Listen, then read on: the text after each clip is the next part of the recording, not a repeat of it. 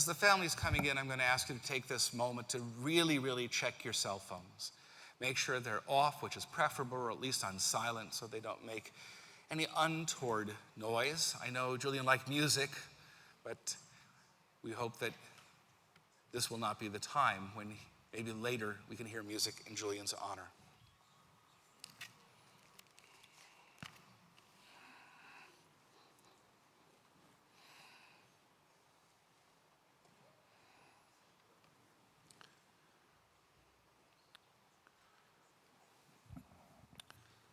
Look at this vast human family. Take a moment and look around. All the neighborhoods, all the walks of life, the different faiths, the different ways of being. What a sea of humanity Julian Eligator swam in. And in swimming that sea, he touched all of us so dearly. We are gathered here today to honor him. For those I don't know, my name is James Gibson, or Jamie as people call me here. And I had the honor of being Julian's rabbi the last part of his life. We're gathered here today to honor the life and memory of Julian. Death has come to him as it does to all of us, and death brings to our minds and hearts the common concerns and shared destiny of the whole human family. We're drawn together today by deeply felt emotions. We are reminded of the essential community that lies beneath the many divisions of humanity on earth. Our lives and the lives of those we love are rooted in a profound mystery, a mystery that at times like this is frankly past our understanding. In the face of eternity, we're made simple. And though we know our destiny is to tarry on earth but a little while, this time of separation brings us anguish and grief. May we bear our burden bravely, and may we struggle through the darkness with courage to find our way again. King David, 3,000 years ago in Psalm 15, talked about the worthy, righteous man. He said, "O God, who may dwell in your sanctuary? Who abide in your holy mountain? He who lives with integrity, who does what is right, who speaks the truth in his heart, who has no slander on his tongue, who does no evil to his fellow, who does not reproach his neighbor. He takes an oath even to his own harm and does not change, and never takes bribes against the innocent. Whoever does these things shall stand firm forever." And the psalm that most of us know by heart, Psalm 23, is the psalm of calmness in a sea of troubles. Many of you here today, like me, said this every day in school. If you know the English, please respond with the English after I read David's words in Hebrew. Mizmosh leDavid Adonai roi lo echsar, v'nodeshe yarbitseni amircho inahaleni nafshi yeshovev. Gancheni b'maglet tzedek lema'an shemo, gam ki elech b'geit zamavet lo irara, ki etai madi. Shitecha umishantecha hami nachamuni, ta'aroch lefanai shoka neged sorerai, dishanta vashaman roshi, kosir vaya, ach tov v'chesed defuni kol yimei chayai, v'shavti b'veit Adonai lo'orech yamin. The Lord is my shepherd, I shall not want. He maketh me to lie down in green pastures. He leadeth me beside the still waters. He restoreth my soul. He leadeth me in straight paths for his name's sake.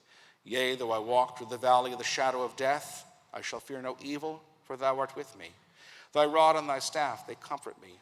Thou hast preparest a table before me in the presence of mine enemies. Thou hast anointed my head with oil. My cup runneth over. Surely goodness and mercy shall follow me all the days of my life. I shall dwell in the house of the Lord forever. Our texts say we are like a breath, our days as a shadow that passes away. In the morning we flourish and grow. In the evening we are cut down and wither. Oh, that we were wise, that we would consider our end. For when we die, we carry nothing away. Our glory does not descend after us. The poet writes, birth is a beginning, and death a destination. But life is a journey, a growing from stage to stage, from childhood to maturity and youth to age, from innocence to awareness and ignorance to knowing, from error to discretion and then perhaps to wisdom, from loneliness to love, from joy to gratitude, from pain to compassion and grief to understanding, from fear to faith. Birth is a beginning and death a destination, but life is a journey, a sacred pilgrimage made stage by stage from birth to death. And yet he has achieved much who has lived well, laughed often, and loved with full heart, who has gained the respect of the wise and the trust of the young, who has filled a place, who has accomplished some task, who has left this world better than he found it, who has appreciated both the true and the beautiful, who has looked for the good in others and given every ounce of goodness he had. It is an honor to ask family members to come up and offer words of love and memory and tribute. We're going to start with grandchildren. And even though 2 of them didn't write anything, I want them to come up too, so all 7 are up at the same time. Adam and Benjamin, you can come on up too. There's a place right here on the corner for you. Unless you don't want to, it's okay.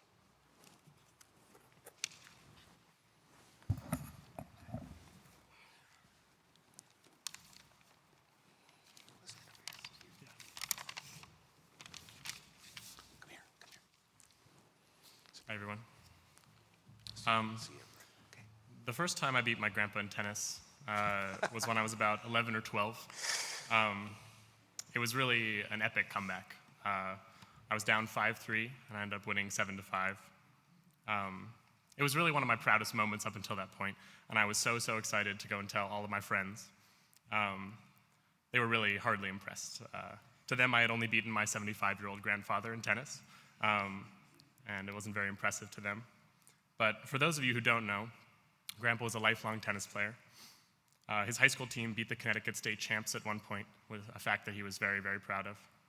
And I don't think his serve ever declined in speed from his high school playing days until the last time we played, which was about 3 years ago.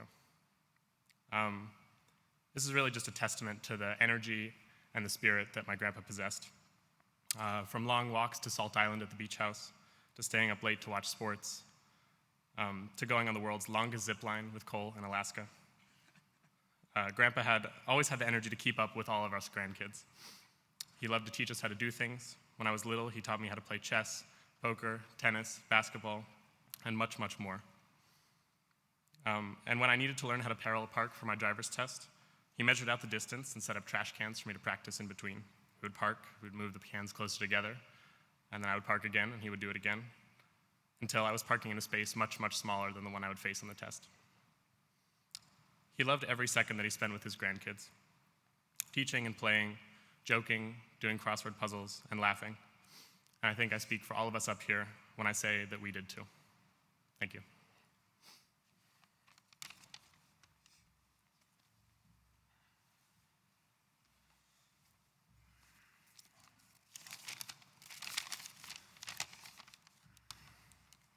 I have one memory I want to share first, and that's of being on a cruise that him and Grandma took me on the occasion of my bar mitzvah.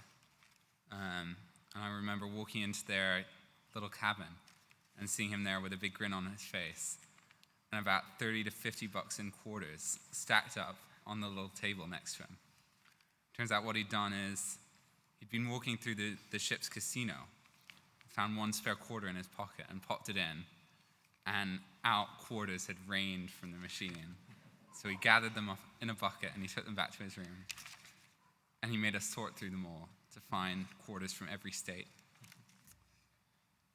So I wanted to say to Grandpa, even though I didn't get to live in the same country as you for most of my life, I have many fond memories of you, and you taught me so many things.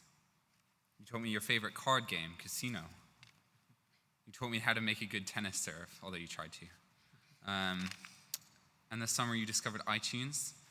Once we taught you how to use it, you taught me a love of Leonard Cohen and the other music that you love so much. You also taught me to look at everything in life with humor, and that's a lesson I'm going to maintain. So thanks for everything, Grandpa, and I love you.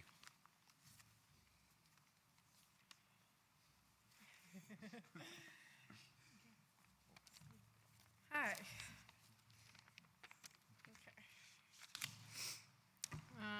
So as other people have mentioned, the whole family is obsessed with tennis. especially Grandpa, and we used to play it together frequently. I remember in particular Josh and Grandpa used to play a lot, but being the youngest, I always felt kind of left out, and therefore I decided that I hated tennis, that it was the worst thing ever. But Grandpa did his best to include me, and he would give me lessons one-on-one. Even as a young kid, I remember he was just so patient, and he made it really fun. One time he was trying to teach me how to serve, and I took a nice swing back and hit him straight in the face, but he laughed it off. And then after that point, tennis was an official no, but he still encouraged me over the years to join in with the family. And at one point, I remember we were having dinner at a restaurant, and I decided that he could really use some color on his lips. So I bargained with him, and I put glossy lipstick on him at dinner in front of everyone in exchange for 2 hours of tennis with him. It was worth it. What I loved about Grandpa, as I'm sure other people will mention,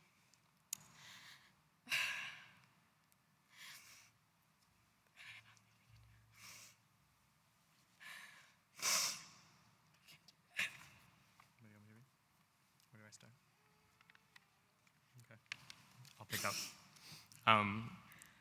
What Allie said she loved about Grandpa, as she's sure others will mention, was his everlasting sense of humor and also his passion for his grandkids and for his hobbies. He loved to share his interests with all of us, but even more so, Allie said that she loved to push the way he pushed her to challenge the ways in which she may have limited herself. He really was a guy who saw a big picture and wanted all of us to take advantage of all the possibilities. Allie says that she remembers as Emma and she got older, he would always encourage them to be more confident, to take up space in their households amongst older brothers, that we are. He invested a lot in the success and happiness of all of us. He drove Allie home from soccer practice at 9:15 at night whenever Mom was working late, and they would drive fast into the darkness together. Grandpa, your memory remains a blessing in all of our lives. Thank you, and we love you.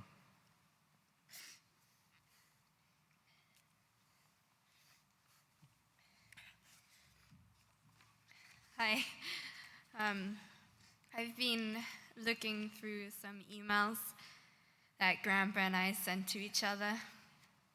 I found one from 2013 that he sent me it was a time when a friend of mine from summer camp had just passed away, as well as both of my grandparents on my dad's side. And it was a really, really difficult time for me. He sent me this email that I want to share with you. And there are a bunch of typos in true Grandpa style. It reads, "My dear Emma, Grandma and I are so sad for your recent losses of Granny, Granddad, and your F&W friend. There is never an appropriate time to lose loved ones, as you have learned only too soon in your young life. We are all comforted with death. We are all confronted with death in our lifetime. But I wish it did not need to be so soon. The only grandparent I knew was my mother's mother. She lived with us and died when I was 5. I was too young to understand her passing.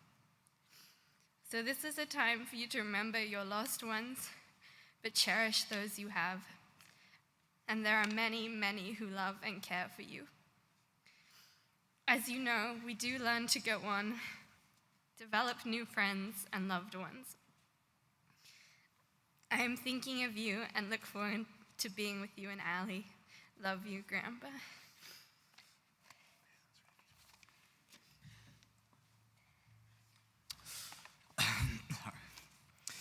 While Grandpa and I were not always geographically close, we were always, I like to think, emotionally close, and he would always make an effort to contact me and call me whether or not he was in the middle of the Home Depot looking for plungers. I'm not sure why he did that, but Grandpa has inspired so much of who I am, from his kindness, his politics, and his lifelong love of learning and humor. He was always there to remind me to do what I love, and that he would support and love me no matter what. He inspired my love of film. One of my earliest memories of him was when he took me, Philip, and Josh to see E.T. in the theater, which I will never forget. And when he and I would always do the New York Times crossword, even when I could barely answer any of the questions. And every time I do it now, which I still do, I am reminded at his illegible writing, which would make it slightly more difficult to solve it.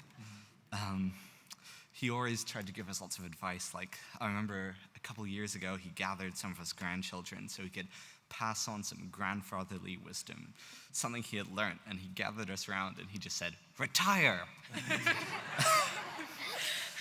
And that every journey or vacation we would have, anything exciting, he would always repeat these 2 rules of advice that we should live by, these 2 maxims that he tried to live by and we shouldn't. Rule number 1 was don't die. Rule number 2 was don't get killed. And he cared about these a lot, so I was very shocked to find out that at the age of 83, he became a rule breaker. In light of his passing, I would like to propose a 3rd rule I know he'd approve of, which is rule number 3. If you find yourself breaking the first 2 rules, make sure you do so surrounded by those you love. Thank you.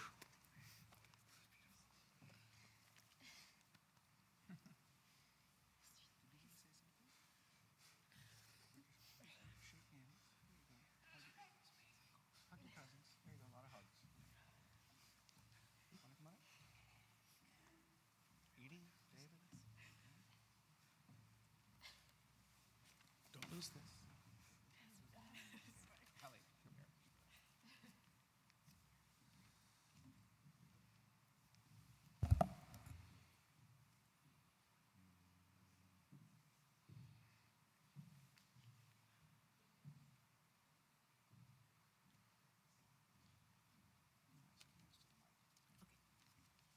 I think Nancy and David are coming with me.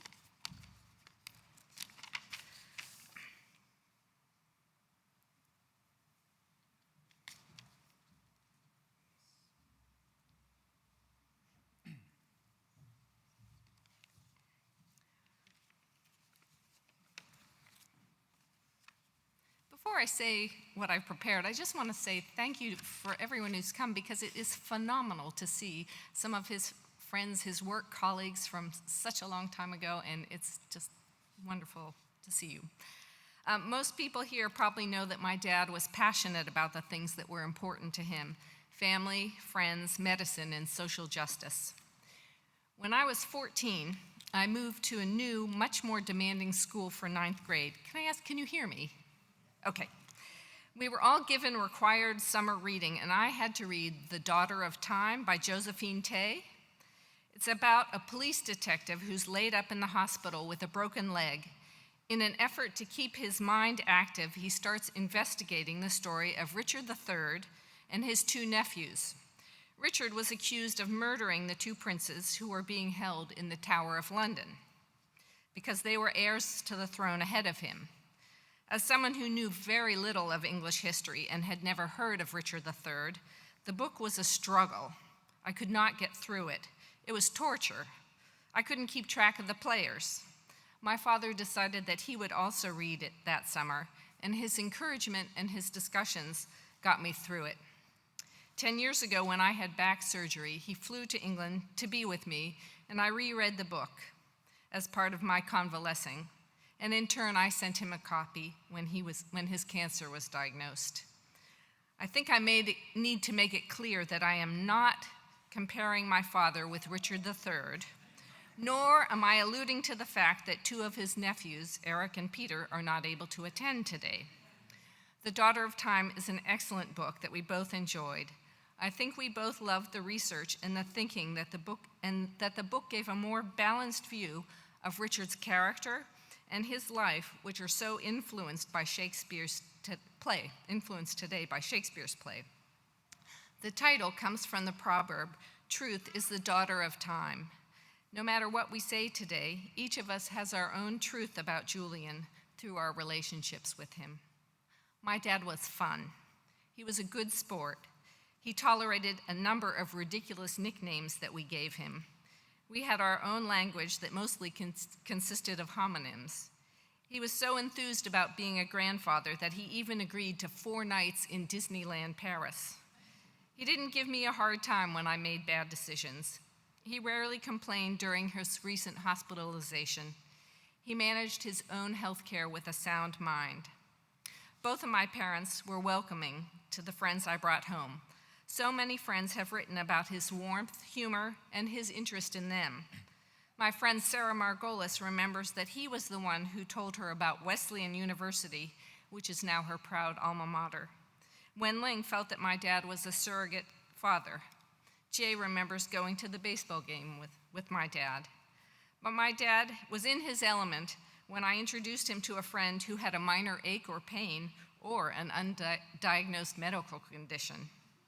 My dad was very clear about his loves and hates. He loved baseball. He had a basketball Jones.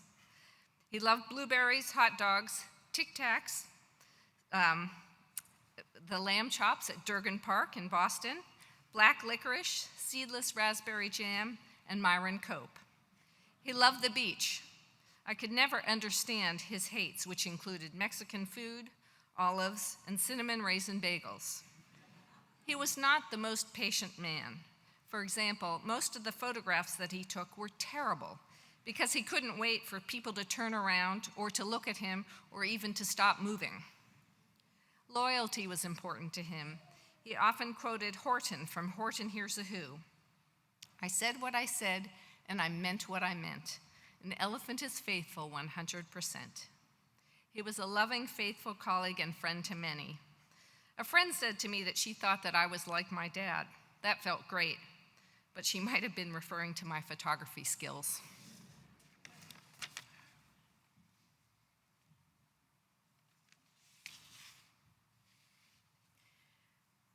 Growing up without cell phones meant when my father was making the 40-minute commute to work down Route 28, we relied on his pager to reach him, which we did freely. He was incredibly gracious, sometimes stopping multiple times at payphones to answer the calls from home, no matter how mundane. With cars on Route 28 whooshing by. Later, with cell phones, he became relatively adept at texting. However, he did not use autocorrect. So his texts were often a gobbledygook of a message, meaning that they were mostly intact. You could sort of figure out what he meant, but they often required multiple clarifications. We talked frequently, often multiple times a day. When he phoned, I always knew it was him. Cell phone would ring. If I couldn't answer it, immediately the home phone would ring. Still couldn't answer it.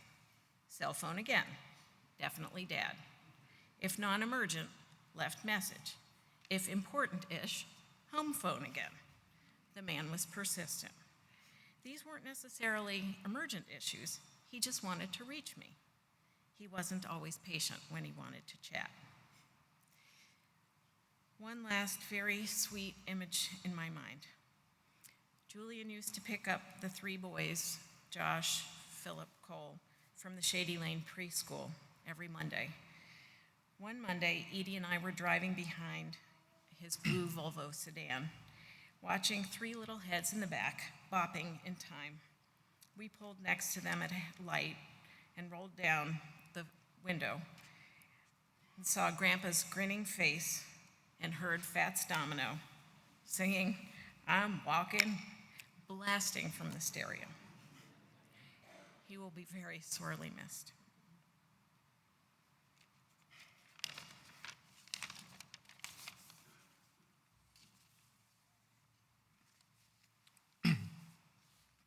I'm David Eligator. My father was a special man with a rare combination of qualities. Many people were drawn to him. He was bright, he was unpretentious, warm, humble, altruistic, and down to earth. He was open-minded, compassionate, and quirky. He was practical. He had a strong moral compass. He had a little boy quality to him, even in his 80s. For all his strengths, Julian was also human, and he had his weaknesses. He had scars. He had blind spots. There were some things that he didn't want to see. As a doctor, my father was diligent and organized, but in his personal life, he seemed incapable of being neat. He was famous, or perhaps infamous, for having a food stain or two on his shirt, often mustard. He was also famous for not caring that he had a food stain on his shirt. His focus was on more important things. I have many stories about my father, but for some reason, this one particular story keeps coming back to me. It was the early 1970s, and I was 9 or 10. Dad took me with him to run an errand to a store called Broadway Plumbing. Note that hardware seems to be a consistent theme in our family. The store is now long gone. It was in what was then a rough part of East Liberty, or Sliberty, as we Pittsburghers called it. We were inside shopping for light switches or toilet handles or whatever, when all of a sudden, a young African-American teenager on the sidewalk outside startled us with a loud knock on the store's big plate glass window. Having secured our attention, he glared at us angrily and unceremoniously presented us with a certain classic obscene hand gesture. I will never forget my father's reaction. He did not get scared or angry. Instead, he smiled and laughed out loud, and he gave the young man a friendly wave. This is not what the young man expected, and despite his best effort to keep looking angry, his tough guy expression melted and morphed into a chagrined smile. Then he ran away. My father's unspoken message to that young man was this: you don't fool me. You don't scare me just because we're different. We're just people. We're more alike than different, and we're all in this together. That is a very Jewish message, and it is a very Pittsburgh message. Had he not run away, I bet my father would have offered to buy the young man a hot dog. After all, we were just a block or two away from Station Street hot dogs, also now long gone. And if you got a little mustard on your shirt, no big deal. It hit our family hard when we learned 2 years ago that Dad had cancer. It was an awful blow. But this bad news had an important upside. It was a flashing sign telling us that Dad's time with us was now limited. It forced us to ignore the mustard stains and focus on the big picture. It is painful to lose my father. I will miss him. But I am comforted in knowing that we loved and cared for him as best as we could, and I am grateful we had him as long as we did.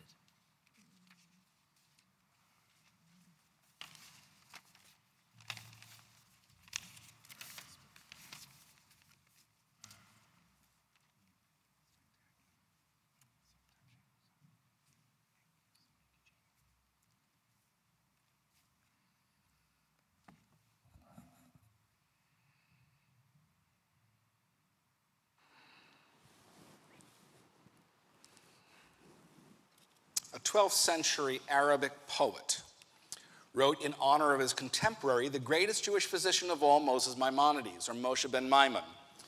He wrote the following, put into English verse by the translator. Contrast Maimon's with Galen's art. Health to the body Galen can impart, but the wise Hebrew with a twofold skill relieves both mind and body of its ill. Shows how base ignorance can hurt the soul, while wisdom counteracting makes it whole.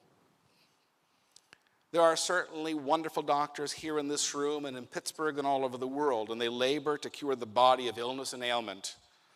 But like Maimonides, there is a unique class of doctors who are healers of both body and spirit. That is the kind of doctor Julian tried to be throughout his career. Julian Eligator healed patients from all walks of life who came to him for more than 35 years, from coal miners to executives and everyone in between. He used his knowledge of internal medicine and his fundamental decency, what we Jews call Menschlichkeit, to improve the lives of literally thousands of individuals he treated. He was a giant of heart, mind, and spirit, and dedicated to healing in the highest spirit of Maimonides. And when he wasn't trying to heal individuals with his knowledge, passion, and skill, he spent a good deal of his life trying to heal the human race of its terrible illnesses of ignorance, fear, poverty, stupidity, and hatred. He saw the brokenness of this world, and he labored daily to mend it through his gifts of head, heart, and hand. We have lost a giant in the fight for goodness, a hero for humanity. And so today, beyond love and honor, we ask, who was this man? What formed his heart? What made him the kind of man who could touch so many so deeply for the good? He was born in the Bronx. He was one of two children of his parents. Leona survives her brother to mourn him today. And the family picked up when he was still a toddler and moved to central Connecticut, where he grew up in the small town of Portland. His father was an accountant for an automotive firm in the middle of the Depression, while his mother was a homemaker who loved mahjong. He grew up multi-talented, a wonderful athlete who played wicked tennis his whole life and fierce basketball. He was also a talented musician who played saxophone in the school band. Julian's activities, though, never affected his grades, and he sailed right through high school. And that said, he worked out hard outside of school as well. He planted potatoes with his father. He did factory work in the summer and even had a job delivering fireworks that I would like to know a little less about. And some of the time he spent with his lifelong friend and cousin, Bob Hausman. After high school, he entered Tufts College outside of Boston, where he studied biology and other courses he needed for pre-med. And he continued at Tufts right on through, earning his medical degree from there as well. But before he started his residency and career, something strange and wonderful happened. Julian reconnected with his childhood friend, Rhoda. They had carpooled to religious school together and had known each other throughout their growing up.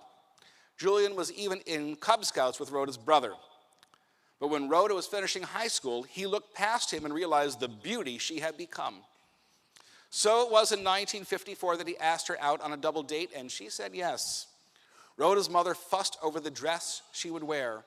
And when I asked Rhoda if it was love at first sight, she smiled coyly yesterday and said, well, Julian was very dear, and soon I knew that he was the one. They managed a Boston-type long-distance relationship, that is from Tufts to Wellesley, and made it work despite the very strict curfews in the girls' dorm where Rhoda was living. Less than 2 years later, they were married out of Israel in Middletown, Connecticut.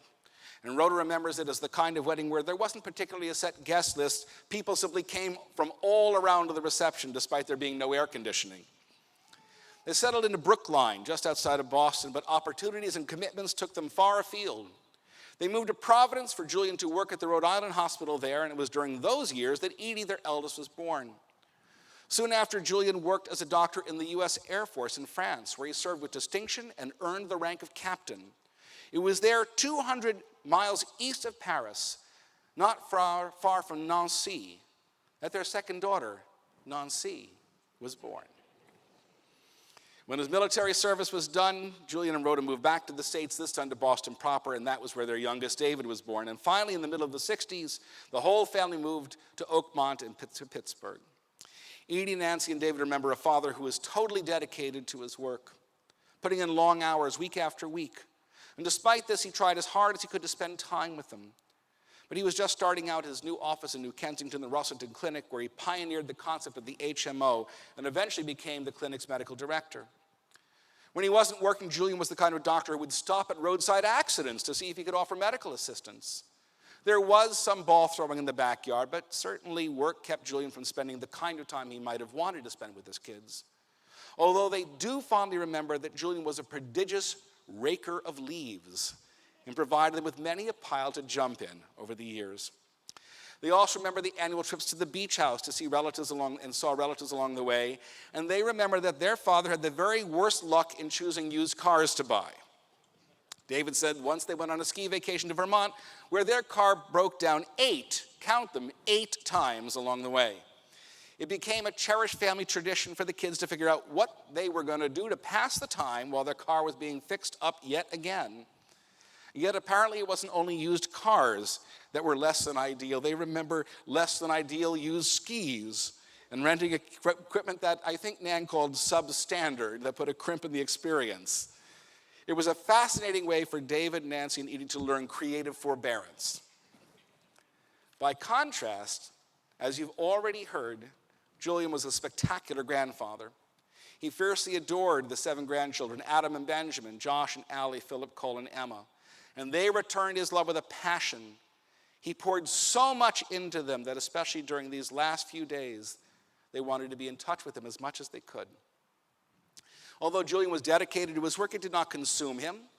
Rhoda took him to concerts of the Pittsburgh Symphony, and he adored reading history and political science. He kept up with current events for the New Yorker and daily newspapers, and to my mind embodied what it meant to be an educated, involved citizen. He was the epitome of a lifelong learner, which his friends at Osher and his book clubs and the Shalom Hartman Seminar here at Temple can affirm. His sharp mind and loving heart touched so many of us and made us question our opinions and commitments. He was a good and faithful friend, as Herb and Judy Rubin will attest, and his poker buddies as well, and his many friends in the Temple Sinai Brotherhood, and so many others here will tell you. I still see him in my mind's eye, a Temple Sinai Brotherhood apron around him while holding a huge spatula as he cooked up goodies in our kitchen, checking the room and hoping it would be full for the food and the learning to come. As you've heard, he was a man of strong opinions and tastes. He loved a good steak as long as it was cooked the rarest of rare. He had a passion for bagels, and the family said, as you've heard, God help the family member who said they liked cinnamon raisin, which he thought wasn't a bagel at all, but a confection. And he really enjoyed chicken unless it was white meat, which he declared officially to be too dry to eat. He expressed even more strong feelings about the world around him and its problems and inequities. Julian was fiercely dedicated to social justice, to making this world a better world for as many as humanly possible. He bitterly opposed racism, and he worked to ease the burden of poverty by volunteering at the food bank. He fretted about nuclear destruction and was an active member of both Physicians for Social Responsibility and Physicians for the Prevention of Nuclear War. He put his hands where his mind told him to go every single day he could. I got to know Julian and Rhoda when they accompanied me, along with Laura and George Arnold, to Israel for an in-depth trip. Julian was fascinated by practically everything we saw, and we spent many hours on the bus discussing both Jewish history and the challenge of Israeli-Palestinian situation. He would share his exasperation with people's intransigence, wondering why bitter foes chose to be prisoners of history rather than use that history to promote mutual empathy and understanding, which just might have led to peace. Back home, here in Pittsburgh, Julian would sit me down and talk politics and Jewish issues, and he would push me out of my own comfort zone. In our conversations, I was always deeply impressed by his clear vision of a just society here in America and what that goal demanded of us as Jews. Julian told me more than once how he hated apathy, the refusal to take a stand, to get involved, to get off one's sofa and work for social and political ideals. Although Julian and I did not get a chance this summer to talk about the upcoming election, I can only imagine his sharp insights and frustration about what is going on right now. If Julian had any particular flaw besides the ones mentioned, is that he cared too much rather than too little. That made his mistakes in life just mistakes, which he almost always regretted as soon as he was told what he had done. Julian and Rhoda came to Temple Sinai often, sometimes several times a week, whether for a class, a meeting, a book club, or a Shabbat service, or a brotherhood brunch. I was deeply touched by the sheer amount of his caring, backed by his amazing analytical mind and his willingness to do the work. We didn't always agree, but I never doubted his street cred for a moment. Over the course of his cancer, Julian and I spoke regularly, both over the phone and in person. During my visits to the house, Rhoda was always gracious, and Julian honest to the point of tears. He was not afraid to say that he was afraid. Although he was so strong, he dreaded the pain and discomfort he knew was coming. And he told me several times but the challenge of simply knowing too dang much about his disease and its course and where it would lead in the end. And after each visit, we cried and embraced in love. Although he knew what lay ahead, Julian desperately wanted more time to be with his family, especially with Philip, Cole, and Emma, Josh, Allie, Adam, and Benjamin. He wanted to reach out and touch his children more, Edie, Nan, and David, and their partners, Robert and Margarita. And he loved his sister Leona, and he spoke lovingly of his 60 years of marriage with Rhoda. For all his brilliance as a physician, his determination to better the world, his passionate devotion to the Steelers, in the end, more than anything, Julian Eligator was a rich, beating heart of love. He loved you all, and you loved him back with a fierceness and intensity beyond measure.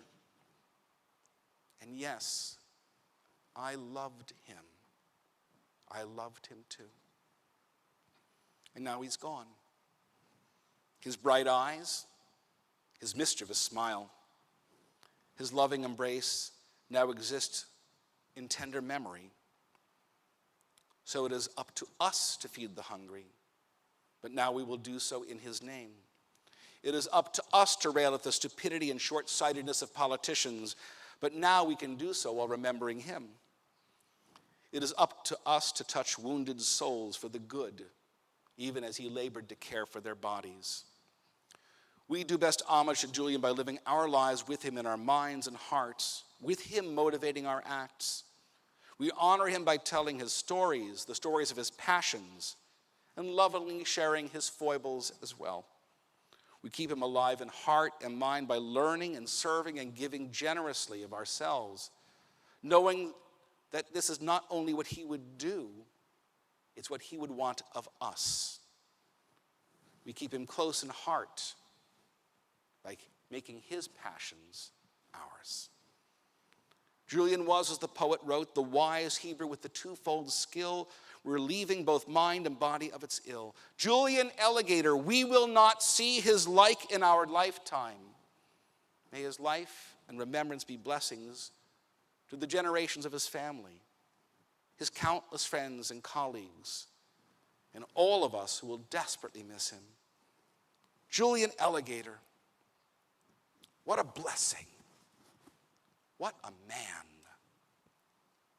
What a man. Amen. I'm going to ask you all, if you are able, to rise for the chanting of the memorial prayer, El Malei Rachamim.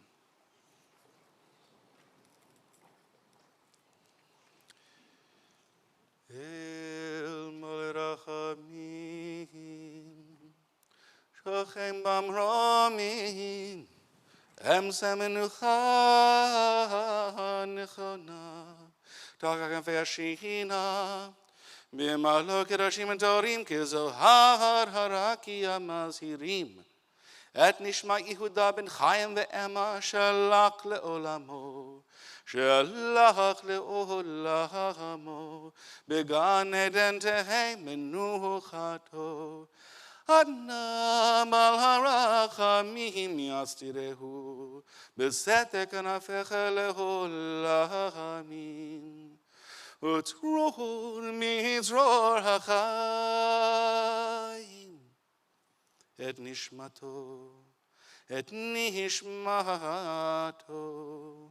Adonai hu nachlato v'yanuach b'shalom amishkavo, v'nomar Amen.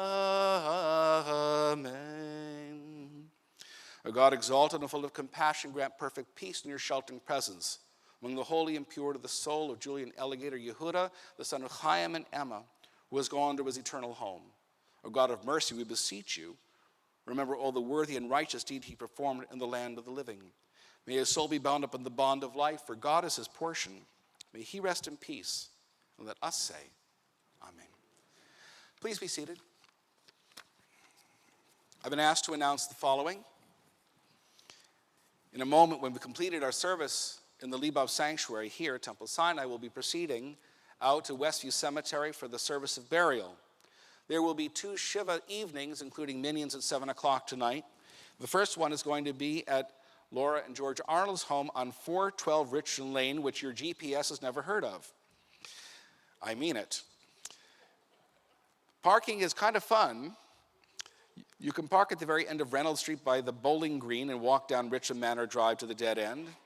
The backyard fence and gate is on the right side of the end of the street, and the gate will be unlocked, okay? People can walk back into the yard and enter through the back door. Parking can be a real problem, Laura writes. So we'll send out search parties too if necessary. That's 7 o'clock tonight. Tomorrow night at 220 Belfield in Oakland. Please give yourself time to find parking. Students are arriving on the Pitt campus this week, so it's a little bit challenging there right now. And the family's honor is so extraordinary in what they shared today. And I just wanted to give my personal thanks for the parts of the jigsaw puzzle I had not known until I listened to grandchildren and to children today. We will treasure his memory here always. Thank you so much. And we'll be reading his name for the next 4 Friday nights at Shabbat services. I'm going to ask of those who have been designated pallbearers to come forward at this time to follow the instructions of Rose.